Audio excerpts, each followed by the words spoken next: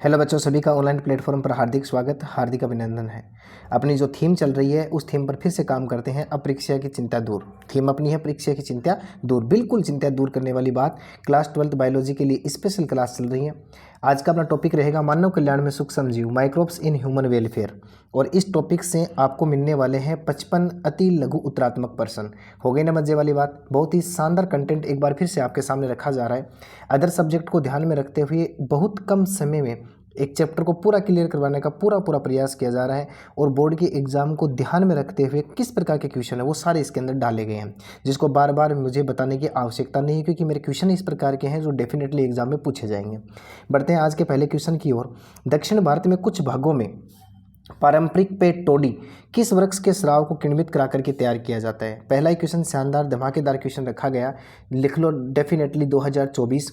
दक्षिण भारत में कुछ भागों में पेय पदार्थ बनाया जाता है टोडी, उसको कैसे बनाते हैं। तो आपको याद रखना है कि दक्षिण भारत के कुछ भागों में पारंपरिक पेय पदार्थ टोडी जो है वो ताड़ वृक्ष से बनाया जाता है और उसके तने के स्राव को किण्वित करके तैयार किया जाता है। तो बिल्कुल लिख दोगे, दक्षिण भारत के कुछ भागों में पारंपरिक पेय टोडी ताड़ वृक्ष के तने के स्राव को किण्वित करके तैयार किया जाता है।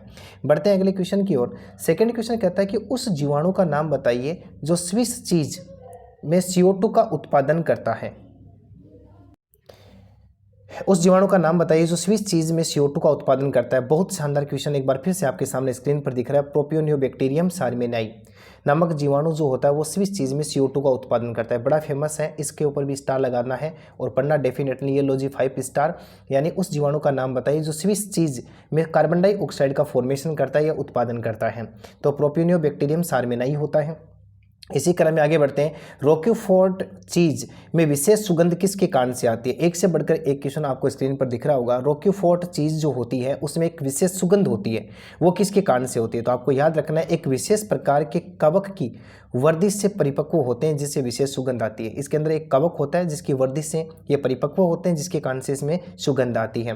बढ़ते हैं अगले क्वेश्चन की ओर। सामान्यतः कौन सा ईस्ट बीवर्स ईस्ट के नाम से जाना जाता है। बिल्कुल शानदार क्वेश्चन है। सेक्रोमाइसिस सेरेविसी ईस्ट जो होता है उसको बीवर्स ईस्ट के नाम से भी जाना जा सकता है। आपको कंफ्यूज करने के लिए बीवर्स ईस्ट का नाम दिया जा सकता है। तो याद रखना सेक्रोमाइसिस सेरेविसी जिसको हमने 50 बार पढ़ा है वही क्या कहलाता है, बीवर्स ईस्ट कहलाता है। आगे बढ़ते हैं अगले क्वेश्चन की ओर। उस कवक का नाम बताइए जिससे पेनिसिलिन प्राप्त किया जाता है। सबसे पहले पेनिसिलिन नोटेटम नामक कवक से पेनिसिलियम बनाई गई थी जिसको मलेरिया के उपचार में काम में लेते हैं। तो ये जो पेनिसिलिन है ये कहाँ से प्राप्त होती है, पेनिसिलियम नोटेटम नामक कवक से प्राप्त होती है। अगले क्वेश्चन की ओर बढ़ते हैं। किन वैज्ञानिकों ने पेनिसिलिन की एक शक्तिशाली तथा प्रभावशाली एंटीबायोटिक के रूप में पुष्टि की थी। इस प्रकार का क्वेश्चन प्री बोर्ड में देखने को मिला था। ऐसे कौन से साइंटिस्ट थे। देखो, सबसे पहले अलेक्जेंडर फ्लेमिंग नामक वैज्ञानिक ने पेनिसिलियम नोटेटम कवक से पेनिसिलिन को प्राप्त किया था। लेकिन इसी पेनिसिलिन को आगे जाकर के कुछ वैज्ञानिकों ने क्या बताया था, प्रभावशाली एंटीबायोटिक्स बताया था, जिसको प्रथम द्वितीय विश्व युद्ध में इसको दर्द निवारक के रूप में काम में लिया गया था शायद। तो आपको ध्यान रखना है अर्नेस्ट चेन और हावर्ड फ्लोरे, ये यहाँ पर लिख रहा हूँ मैं, अर्नेस्ट चेन और हावर्ड फ्लोरे ने पेनिसिलिन की एक शक्तिशाली तथा प्रभावशाली एंटीबायोटिक के रूप में पुष्टि की थी। इसी कारण चेन, फ्लेमिंग और फ्लोरे को नोबेल पुरस्कार से सम्मानित भी किया गया था। बढ़ते हैं अगले क्वेश्चन की ओर। देखो, साइक्लोस्पोरिन ए का उत्पादन किस कवक से होता है। साइक्लोस्पोरिन ए बहुत शानदार क्वेश्चन है। साइक्लोस्पोरिन ए का उत्पादन किस कवक से होता है। तो आपको याद रखना है ट्राइकोडर्मा पॉलीस्पोरम नामक कवक से प्राप्त किया जाता है। तो साइक्लोस्पोरिन ए का उत्पादन ट्राइकोडर्मा पॉलीस्पोरम नामक कवक से होता है। अगला क्वेश्चन क्या कहता है, मोनास्कस परप्यूरियस ईस्ट से उत्पन्न स्टेटिन का कार्य क्या होता है। बहुत शानदार क्वेश्चन है। ये कोलेस्ट्रॉल को कम करने का काम करता है। तो याद रखना है ये जो मोनास्कस परप्यूरियस ईस्ट से उत्पन्न स्टेटिन जो प्राप्त किया जाता है ये रक्त में उपस्थित कोलेस्ट्रॉल को कम करने का कार्य करता है। अगला क्वेश्चन कहता है कि BOD का पूरा नाम बताइए। तो यहाँ पर ध्यान रखना, कंफ्यूज करने के लिए वन लाइनर में भी ये क्वेश्चन हो सकता है और ऑब्जेक्टिव में भी हो सकता है। और यदि ऑब्जेक्टिव में होगा तो B का मतलब बायोलॉजिकल ऑक्सीजन डिमांड दिया हुआ आएगा। तो आपको ध्यान रखना है बायोलॉजिकल न करके आपको बायोकेमिकल ऑक्सीजन डिमांड करना है। तो BOD का फुल फॉर्म हो जाएगा बायोकेमिकल ऑक्सीजन डिमांड। अगला क्वेश्चन क्या कहता है, भारत में बायोगैस उत्पादन की प्रौद्योगिकी का विकास किसके प्रयासों से हुआ। देखो इसमें प्रयास किए गए थे अलग प्रकार से, जैसे नंबर 1 में लिखा है भारतीय कृषि अनुसंधान संस्थान, और दूसरा कहता है कि खाद्य एवं ग्रामीण उद्योग आयोग, इनकी सिफारिश से इसका उत्पादन हुआ था। बढ़ते हैं अगले क्वेश्चन की ओर। ऐसे रोगजनक का नाम बताइए जो कीटों एवं संधिपादों ऑर्थ्रोपोडा पर हमला करते हैं। संधिपादों का मतलब आर्थ्रोपोडा संघ के, और आर्थ्रोपोडा संघ के अंदर घरेलू मक्खी है, इसका बड़ा एग्जाम्पल माना जाता है। इससे आप समझ जाएंगे आर्थ्रोपोडा में कौन सा आ सकता है। तो एक ऐसा रोगजनक होता है जो कीटों पर, कीट किस में आते हैं, इंसेक्ट जितने भी हैं उनकी बात करते हैं, साथ में आर्थ्रोपोडा संघ की बात करते हैं। तो इसके अंदर बेक्यूलोवायरेसिस एक ऐसा रोगजनक होता है जो इनके अंदर हमला करता है या रोग फैलाने का काम करता है। तो याद रखना कीटों एवं संधिपादों यानी आर्थ्रोपोडा में अटैक करने वाला जो रोगजनक होता है वो होता है बेक्यूलोवायरेसिस। नाम से स्पष्ट है, बेक्यूलोवायरेसिस इसका मतलब वायरस है। बढ़ते हैं अगले क्वेश्चन की ओर। औद्योगिक उत्पादों के निर्माण में काम आने वाले किन्हीं 3 सूक्ष्म जीवों के नाम बताइए। तो सबसे अधिक यदि कोई औद्योगिक क्षेत्र में काम में आया है तो वो सबसे अधिक क्या है, ईस्ट, जिसको फर्मेंटेशन के द्वारा कई प्रकार के पदार्थ इसके द्वारा तैयार किए जाते हैं। उसके बाद में बैक्टीरिया, इरिसिया कोलाई जीवाणु के बारे में आप अच्छे से जानते हैं, जो मानव के कल्याण में बहुत अधिक प्रोडक्शन देता है। इसके बाद में फंजाई यानी कवक को भी काम में लिया जाता है। तो ईस्ट लिखना है, जीवाणु लिखना है और कवक लिखना है। एडिनोवायरस मनुष्य में किस प्रकार का संक्रमण फैलाता है। तो याद रखना एडिनोवायरस श्वसन तंत्र, रेस्पिरेटरी जो ट्रैक्ट होता है उसका संक्रमण करता है, या रेस्पिरेटरी सिस्टम का जो है वो इन्फेक्शन करने का काम करता है। एंटीबायोटिक पेनिसिलिन की खोज किसने की, थोड़ी देर पहले हम चर्चा कर चुके हैं कि अलेक्जेंडर फ्लेमिंग नामक वैज्ञानिक ने पेनिसिलियम नोटेटम नामक कवक से किसको प्राप्त किया था, पेनिसिलिन को प्राप्त किया था, जिसको मलेरिया के उपचार में काम में लिया जाता है। इसको दर्द निवारक के रूप में भी काम में लेते हैं। बढ़ते हैं अगले क्वेश्चन की ओर। औद्योगिक रूप से सिट्रिक अम्ल बनाने में किस सूक्ष्मजीव का प्रयोग किया जाता है। बहुत शानदार क्वेश्चन है। एस्परजिलस नाइगर, जिसको लिखा गया है नाइजर, ध्यान रखना एस्परजिलस नाइगर जो है उसको किसके रूप में, सिट्रिक अम्ल बनाने के रूप में काम में लिया जाता है। यह भी एक प्रकार का बैक्टीरिया है। बढ़ते हैं अगले क्वेश्चन की ओर। धुलाई के कपड़ों, देखो धुलाई के कपड़ों से तेल के दाग छुड़ाने के लिए आजकल डिटर्जेंट में किस प्रकार के सूक्ष्म जीव का उत्पादन या उत्पाद का प्रयोग किया जाता है। ऐसा कोई बैक्टीरिया, देखो ये जो लाइपेज जो होता है इसको बैक्टीरिया से प्राप्त भी किया जाता है, और इसको कपड़ों को साफ करने में, मैंने दिया था क्वेश्चन कि धुलाई के कपड़ों से तेल के दाग छुड़ाने के लिए आजकल डिटर्जेंट में किस प्रकार के सूक्ष्मजीव उत्पाद का प्रयोग किया जाता है। तो लाइपेज मिलाया जाता है। उच्च वसीय अम्ल, आपको याद होगा उच्च वसीय अम्ल पामेटिक अम्ल, ओलेक अम्ल, स्टेरिक अम्ल, इनसे साबुन को बनाया जाता है, अपमार्जक को बनाया जाता है। तो उनके अंदर लाइपेज को भी काम में लेते हैं। लाइपेज एक ऐसा एंजाइम होता है जो वसा को वसीय अम्ल और ग्लिसरॉल में तोड़ने का काम करता है। सीवेज ट्रीटमेंट में एवाईवीए अपंक जो होते हैं में कौन से जीवाणु पाए जाते हैं, बिल्कुल मेथेनोजेन पाए जाएंगे इसके अंदर। तो इसका एक उत्तर क्या हो जाएगा अपना, मेथेनोजेन। अगला क्वेश्चन कहता है कि फ्लोक्स क्या होते हैं। बहुत शानदार है। सीवेज ट्रीटमेंट में द्वितीयक उपचार के समय बने कवक तंतुओं के उलझे, देखो उलझे जीवाणुओं के झुंड जो होते हैं वो फ्लोक्स होते हैं, जिसको उर्नक के नाम से भी जानते हैं। याद रखना उर्नक जो होते हैं। सीवेज ट्रीटमेंट में द्वितीयक उपचार के समय बने कवक तंतुओं में उलझे जीवाणुओं के झुंड जो होते हैं वो फ्लोक्स कहलाते हैं। अगला क्वेश्चन कहता है कि जैव उर्वरक के रूप में साइनोबैक्टीरिया की क्या भूमिका है। बिल्कुल शानदार क्वेश्चन है, लास्ट का पोर्शन है चैप्टर का कि जैव उर्वरक के रूप में साइनोबैक्टीरिया। नीलहरी शैवाल के बारे में अच्छे से जानते हुए नोस्टॉक एनाबिना की बात अगला कर रहा है, यानी साइनोबैक्टीरिया जैव उर्वरक जो है के रूप में वायुमंडलीय मुक्त नाइट्रोजन को फिक्सेशन करके मृदा की उर्वरता बढ़ाने का काम करते हैं। यानी वायुमंडल में पाई जाने वाली नाइट्रोजन का फिक्सेशन करते हैं, स्थिरीकरण करते हैं और मिट्टी की उर्वरता को बढ़ाने का काम करते हैं। कौन, साइनोबैक्टीरिया, साइनो जीवाणु, नीलहरी शैवाल या आप कह सकते हैं नोस्टॉक एनाबिना। अगला क्वेश्चन क्या कहता है, लेग्यूमिनेसी पादपों की जड़ों की ग्रंथिकाओं में पाए जाने वाले सहजीवी का नाम बताइए, उसका कार्य बताइए। या तो क्वेश्चन इस प्रकार से पूछा जाएगा, या फिर सीधा पूछ सकता है कि एक सहजीवी का नाम लिखिए और जो जैव उर्वरक के रूप में काम आता है इसकी विशिष्ट भूमिका का उल्लेख कीजिए। तो आपको याद रखना है मटर कुल, लेग्यूमिनेसी कुल का मतलब है मटर कुल के पादप, और मटर कुल के पादपों की जड़ों के अंदर जो गांठें पाई जाती है, ग्रंथिकाओं का मतलब गांठ जो पाई जाती हैं, उनमें एक विशेष प्रकार का बैक्टीरिया जीवाणु पाया जाता है जिसका नाम होता है राइजोबियम जीवाणु। और ये राइजोबियम जीवाणु की विशेषता क्या होती है, ये वायुमंडल में मुक्त होने वाली नाइट्रोजन का फिक्सेशन करके भूमि की उर्वरता बढ़ाने का काम करता है। तो आपको याद रखना है कि लेग्यूमिनेसी कुल के जो पादप होते हैं उन्हें मटर कुल के पादप कहा जाता है और उनकी ग्रंथिकाओं के अंदर राइजोबियम जीवाणु पाया जाता है।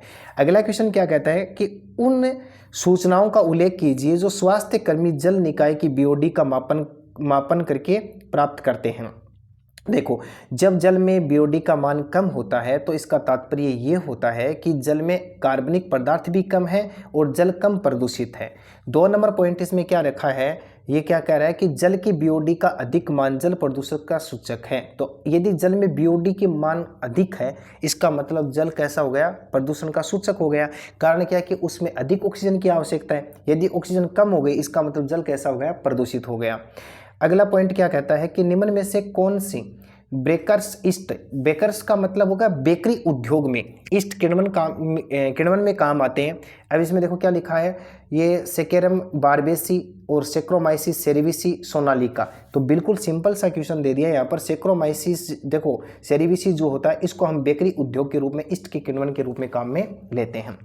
अगला क्वेश्चन क्या कहता है कि गर्म दूध में लैक्टिक अम्ल जीवाणु मिलाने पर उसका जमना प्रारंभ हो जाता है। ये LAB लैक्टोबैसिलस बैक्टीरिया, LAB की फुल फॉर्म बन गई लैक्टोबैसिलस बैक्टीरिया के कोई 2 अन्य उपयोग बताइए। तो एक तो आपको याद रखना है कि ये विटामिन B12 को बढ़ाने का काम करता है और हमारे पेट में सूक्ष्म जीवों द्वारा होने वाले रोगों को रोकने का काम भी किसका होता है, लैक्टोबैसिलस जीवाणु का होता है। अगला क्या कह रहा है, निम्नलिखित में से कौन से साइनोबैक्टीरिया वायुमंडलीय नाइट्रोजन स्थिरीकरण करते हैं। बहुत शानदार क्वेश्चन आपके सामने रखा गया। एजोस्पाइरिलम और ओसिटोलेरिया और स्पाइरुलिना। स्पाइरुलिना से एक प्रोटीन भी प्राप्त होती है, आपको ये भी ध्यान रखना है, स्पाइरुलिना से प्रोटीन भी प्राप्त होती है। तो इसमें से जो ओसिटोलेरिया है वो क्या काम करता है, नाइट्रोजन स्थिरीकरण का काम करता है। अगला क्वेश्चन कहता है कि कवक मूली संबंध से पादप को होने वाले 2 लाभ। जब कवक मूली संबंध बन जाता है तो उसमें कौन कौन से लाभ होते हैं। तो पहला क्वेश्चन देखो क्या है, देखो पेड़ पौधों को अच्छी वृद्धि के लिए NPK की आवश्यकता होती है, नाइट्रोजन, फॉस्फोरस और पोटेशियम। ये जो 3 तत्व मैंने लिखे हैं, इनको पौधों के क्रांतिक तत्व कहा जाता है। इन्हें वृद्ध मात्रिक तत्व के नाम से भी जानते हैं। ये पौधे की जान होते हैं, यदि ये नष्ट हो जाए तो पौधा धीरे धीरे नष्ट हो जाता है।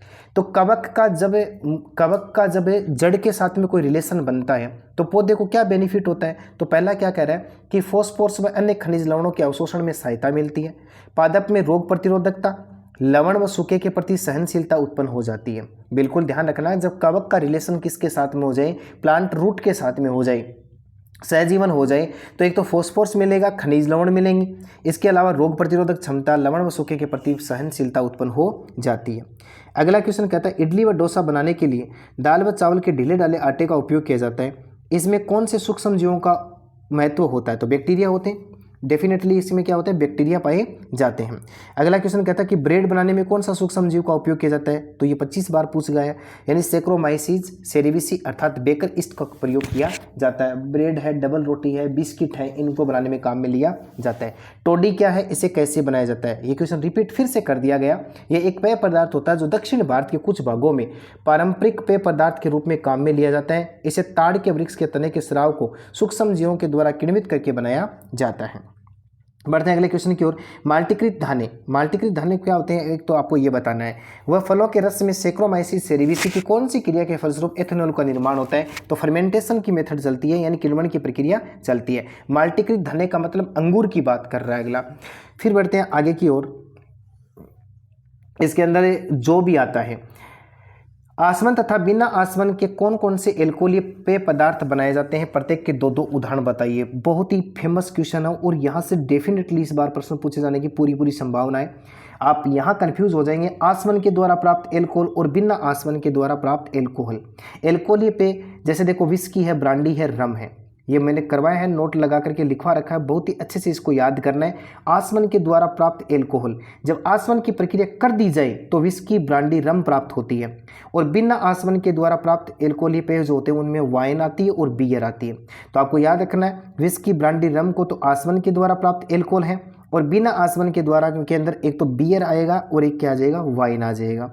ध्यान रखना, प्रतिजैविक एंटीबायोटिक किसे कहते हैं। प्रतिजैविक ऐसे रासायनिक पदार्थ होते हैं जो सूक्ष्म जीवों से प्राप्त होते हैं। एक बात तो ये याद रखनी है, प्रतिजैविक जो होते हैं, एंटीबॉडीज जो होती हैं वो बैक्टीरिया से प्राप्त होती हैं, सूक्ष्म जीवों से प्राप्त होती हैं तथा अन्य सूक्ष्म जीवों की वृद्धि को मंद कर देती हैं और उन्हें नष्ट कर देती हैं। इस प्रकार के पदार्थों को ही एंटीबायोटिक कहते हैं। सबसे पहले एंटीबायोटिक का नाम व इसके खोजकर्ता कौन है? तो देखो सबसे पहली जो एंटीबायोटिक पेनिसिलिन है और इसके खोजकर्ता अलेक्जेंडर फ्लेमिंग है। बढ़ते हैं अगले क्वेश्चन की ओर। प्लेग, काली खांसी, डिफ्टीरिया, लेप्रोसी का नाम होता है कुष्ठ रोग, ये याद रखना, ये यहाँ पर कंफ्यूज कर सकता है आपको। कुष्ठ रोग का दूसरा नाम लेप्रोसी होता है। जैसे भयानक रोगों पर नियंत्रण कैसे संभव है? तो एंटीबायोटिक का प्रयोग करना ही एक ऐसा उपचार है या एक ऐसा प्रयोग है जिसके माध्यम से हम इनको रोक सकते हैं। अगला क्वेश्चन, फ्लेमिंग, चेन व फ्लोरे को 1945 में नोबेल पुरस्कार क्यों दिया गया? तो एंटीबायोटिक बनाने के लिए। थोड़ी देर पहले हमने बात की थी, अलेक्जेंडर फ्लेमिंग नामक वैज्ञानिक ने सबसे पहले पेनिसिलियम नोटेटम कवक से पेनिसिलिन को तैयार किया था, लेकिन इसके प्रभावशाली व शक्तिशाली होने की पुष्टि किसने की थी? चेन और फ्लोरे ने। तो तीनों वैज्ञानिकों को 1945 में नोबेल पुरस्कार से सम्मानित किया गया था। अगला क्वेश्चन कहता है कि सिट्रिक अम्ल, एसिटिक अम्ल, ब्यूटेरिक अम्ल को कौन से सूक्ष्म जीवों से प्राप्त करते हैं? लगाओ 2024 डेफिनेटली क्वेश्चन। यानी एस्परजिलस नाइगर जो होता है एक प्रकार के कवक जिससे सिट्रिक अम्ल तैयार होता है, तो सिट्रिक अम्ल एस्परजिलस नाइगर से प्राप्त होता है। ये क्वेश्चन बार बार रिपीट करवा रहा हूं ताकि अच्छे से याद हो जाए। एसिटोबैक्टर एसिटाई, तो नाम से स्पष्ट है, एसिटोबैक्टर एसिटाई जीवाणु जो होता है वो एसिटिक अम्ल बनाने का काम करता है। एसिटिक अम्ल के बारे में आप अच्छे से जानते होंगे, CH3COOH होता है एसिटिक अम्ल। फिर अगला कहता है क्लोस्ट्रीडियम ब्यूटाइलिकम, तो इससे ब्यूटाइलिक अम्ल प्राप्त किया जाता है, नाम से स्पष्ट है दोनों। पहला कर देगा कंफ्यूज, तो आपको याद रखना सिट्रिक अम्ल जो होता है वो एस्परजिलस नाइगर से प्राप्त किया जाता है, जो एक प्रकार की कवक होती है। बढ़ते हैं अगले क्वेश्चन की ओर। निम्नलिखित को सुमेलित कीजिए। आपको दो पोर्शन दिए गए हैं, कॉलम ए कॉलम बी, दोनों को आपको सुमेलित करना है। किस प्रकार से आपको मिलाना है? मैंने मिलाकर के आपको देख रखा है, आपको पढ़ना है। देखो स्ट्रेप्टोकाइनेज जो होता है वो कैसे, तो देखो आपको पता है स्ट्रेप्टोकाइनेज जो होता है वो क्या काम करता है? रुधिर वाहिकाओं में कोलेस्ट्रॉल को हटाने का काम करता है, यानी रुधिर वाहिनियों से थक्का हटाएगा, कोलेस्ट्रॉल को हटाने का काम करता है, जिसको आप थक्का स्फोटन भी कह सकते हैं। आपको दिख रहा होगा यहाँ पर थक्का स्फोटन। बढ़ते हैं अगले, साइक्लोस्पोरिन ए, बहुत शानदार। साइक्लोस्पोरिन ए के बारे में हम चर्चा करते हैं। देखो साइक्लोस्पोरिन ए जो होता है वो प्रतिरक्षा निरोधक कारक होता है, प्रतिरक्षा निरोधक कारक होता है। इसी कड़ी में हम स्टेटिन की बात करते हैं, तो स्टेटिन क्या होता है? तो आपको देखना है स्टेटिन क्या काम करता है, रक्त में कोलेस्ट्रॉल को कम करता है। एक बार पुनः ध्यान देना, ये स्ट्रेप्टोकाइनेज जो होता है वो रक्त वाहिकाओं में थक्का हटाने का काम करता है, और स्टेटिन कोलेस्ट्रॉल को कम करता है। रक्त से कोलेस्ट्रॉल को कम तो करेगा स्टेटिन, ध्यान देना, बहुत फेमस है ये, थोड़ा कंफ्यूज कर दिया गया आपको, ध्यान देना। स्टेटिन क्या काम करता है, यानी रक्त से कोलेस्ट्रॉल को हटाएगा, और काइनेज एंजाइम का नाम आ जाए तो आपको याद रखना ये थक्का हटाने का काम करता है। अब थोड़ा सा आगे बढ़ता हूं मैं, क्या दे रहा है? पेक्टिनेज और प्रोपीएज, तो आपको पता ही है कि फलों के रसों को साफ करने और स्वच्छ रखने में ये काम आता है।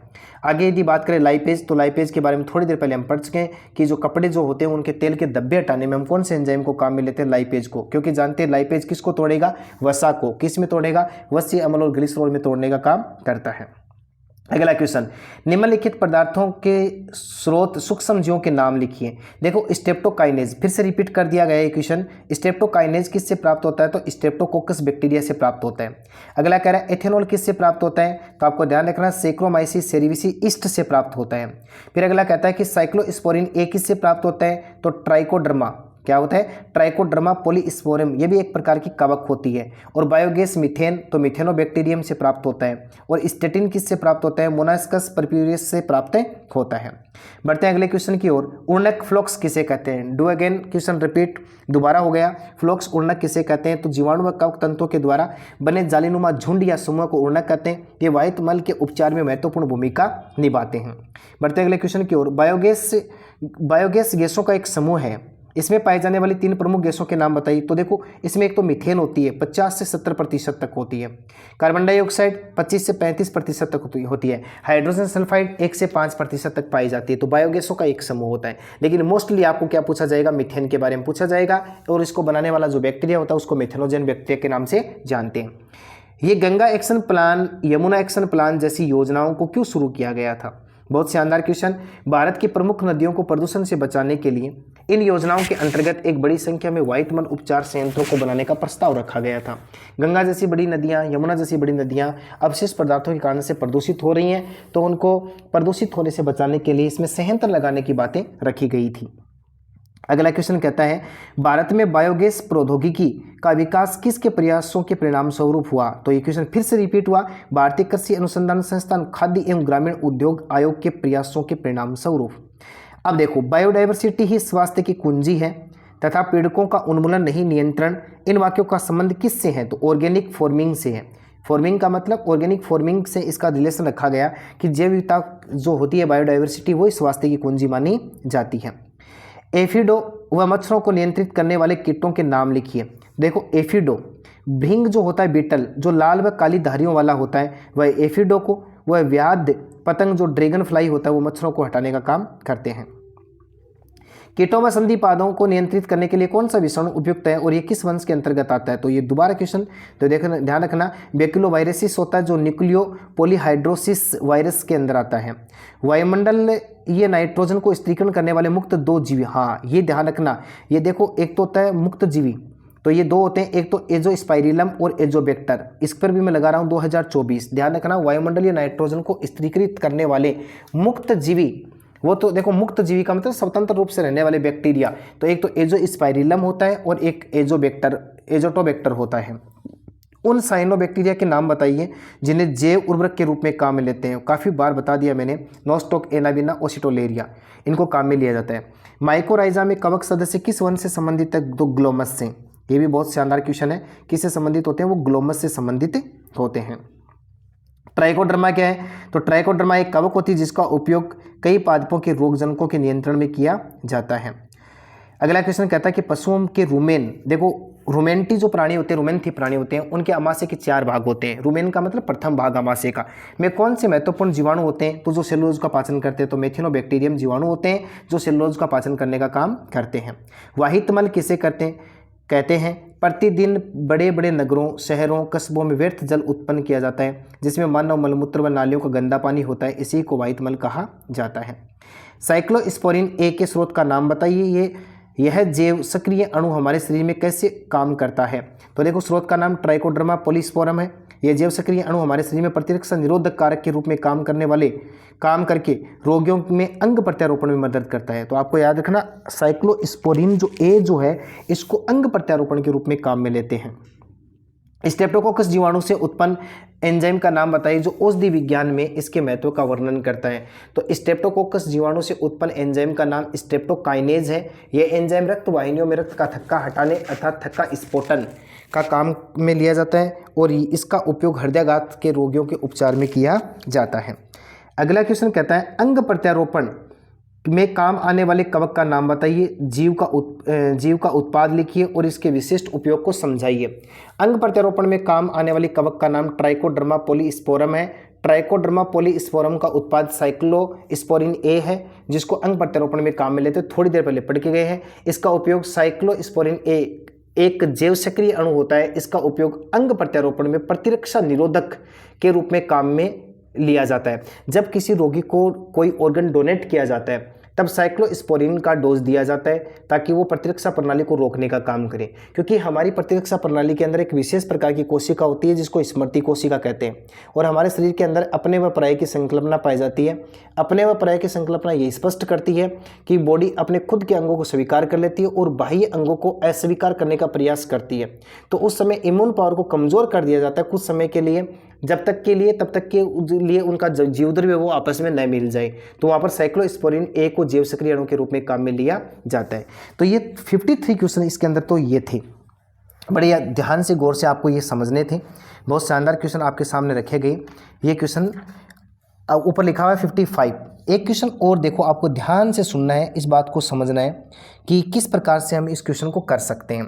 यदि क्वेश्चन इस प्रकार से पूछा जाए, देखो 53 हो गए। 2 क्वेश्चन के बारे में चर्चा मैं सीधी करता हूँ आपके साथ में कि क्वेश्चन ये अगला ऐसा पूछ ले कि माइकोराइजा किसे कहते हैं, इसका प्रमुख लाभ बताइए। तो आपको बताना है कवक तथा उच्च वर्ग के पादपों की मूल का परस्पर संबंध जो होता है वो माइकोराइजा कहलाता है। माइकोराइजा जो होता है वो कवक मूल से मृदा की उर्वरकता बढ़ाने का काम करता है। कवक मूल से पादप की वृद्धि, तीव्र करना और उत्पादनता को बढ़ाने का काम करता है। एक इसके अंदर ये पूछा गया है कि अस्पतालों में उबले हुए उपकरणों का प्रयोग क्यों आवश्यक है। तो आपको याद रखना है कि अस्पताल के अंदर जितने भी अपरेटस काम में लिए जाते हैं उनको उबालने से जो बैक्टीरिया आदि होते हैं वो समाप्त हो जाते हैं और संक्रमण की संभावना शून्य हो जाती है। तो ये था अपना मानव कल्याण में सूक्ष्म जीव, human welfare microbes in human welfare वाला चैप्टर था, जिसके अंदर आपको 55 क्वेश्चन मिले। इसी प्रकार से लगातार क्लास के साथ में बने रहिए और अपनी तैयारी को और अधिक बेहतरीन बनाइए और अपनी समझ को बढ़ाइए। आसपास से मिलने वाले क्वेश्चन जो होते हैं वो सारे के सारे ढूंढने का प्रयास कीजिए। मिलेंगे अगली ऑनलाइन बेहतरीन क्लास के साथ में, तब के लिए धन्यवाद।